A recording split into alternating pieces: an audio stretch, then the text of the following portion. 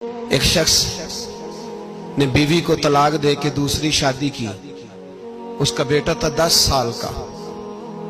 اس نے اپنے بیٹے سے کہا کہ بیٹے بتا پرانی اماں صحیح تھی یا یہ صحیح ہے؟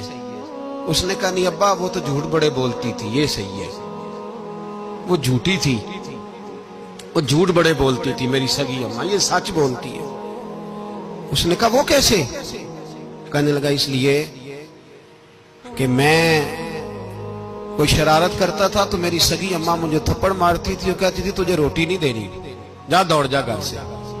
تو میں دوڑ جاتا تھا تو جھوٹ بولتی تھی نہیں دینی، پھر آدھے گھنٹے کے بعد مجھے ڈھونڈنے لگ جاتی تھی، ڈھونڈ کے لاتی تھی، پھر میری منت کرتی تھی، پھر مجھے کہتی تھی نہ مجھے ستایا کر، پھر میرا ماتھا چومتی تھی، پھر میری مرضی کا کھانا بنا کے دیتی تھی، پھر میرے منہ میں لقمے ڈالتی تھی. جھوٹی تھی، پہلے کہتی ہے نہیں دینی پھر پیچھے بھاگتی ہے. یہ سچی ہے، میں شرارت کرتا ہوں تو تھپڑ مار کے نکالتی ہے، پھر میں منتیں کرتا ہوں پر روٹی نہیں دیتی، پیر پکڑتا ہوں نہیں دیتی. سچ بولتی ہے، اپنی بات پہ ڈٹ جاتی.